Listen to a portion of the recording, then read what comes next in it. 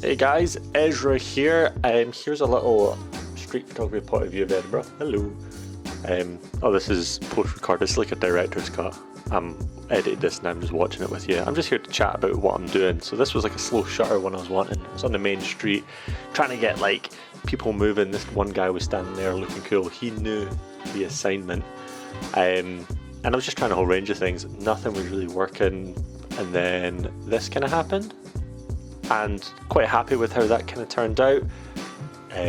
Obviously, maybe just a bit more light on him, stood out a bit more, but overall, yeah, I'm quite happy with that shot. So as I'm walking along here, in my head, I want to do a lot more multiple exposures. If you don't know what those are, essentially taking two photos and putting them on top of each other. It's a really creative, fun way to do. You can do it in Photoshop, but I think the authenticity of doing it in camera is so much better. So I took a photo of the green man, because that's a strong light, and the light is going to print onto everything that's too dark here. So I got this shot.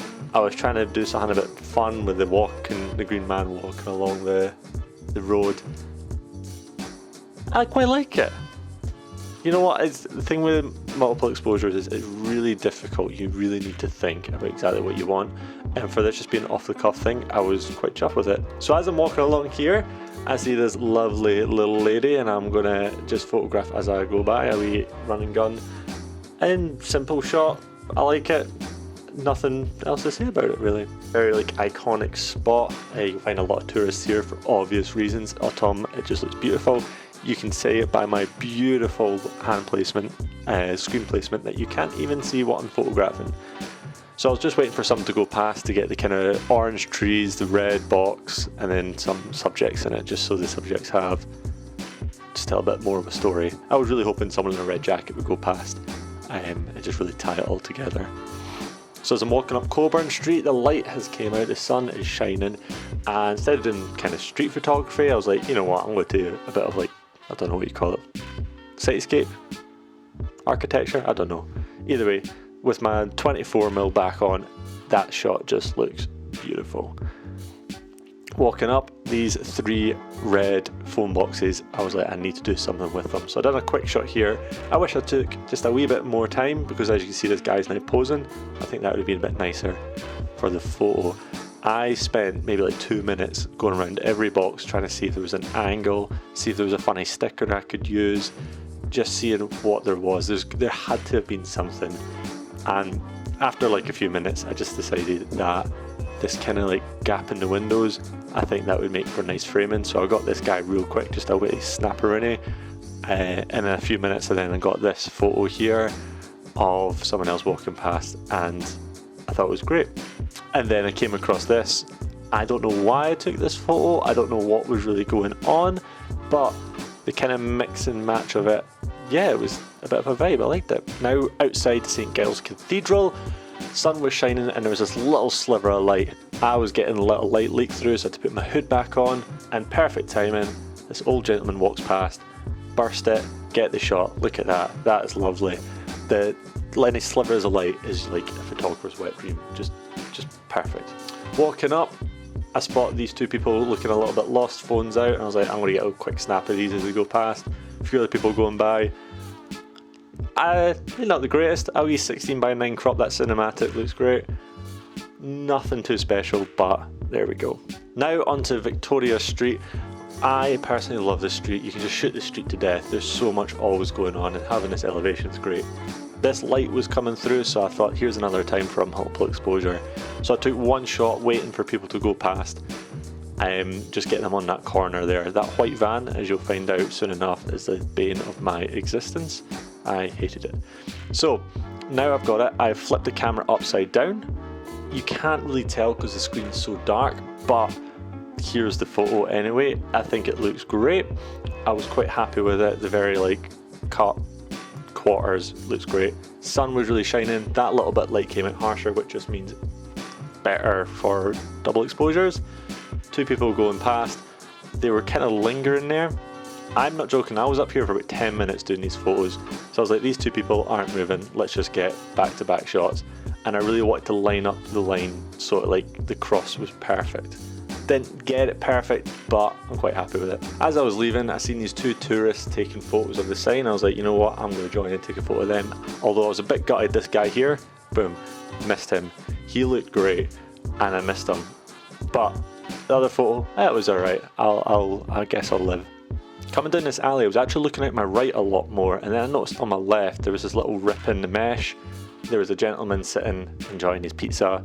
Got a wee photo of that, a wee 16:9 crop cinematic, beautiful. Coming back down the Royal Mile here, there was someone holding their hands behind their back, and that's just a photographer 101. Like, if you see that, you just got to take a photo of it. This person was in the peripheral, just catching me. But what I did love about this, and it's very Vivian Maier, I thought, was having my shadow cast upon them, just to be like, hey look, I'm here as well. I quite like this shot. Coming down Advocates Close, I believe it was called.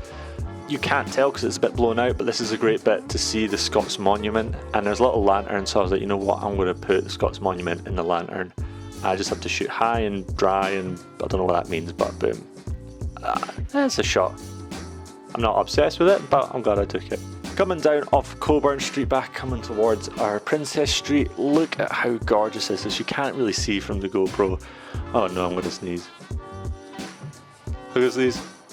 No, it's lingering. I took this photo. It's beautiful.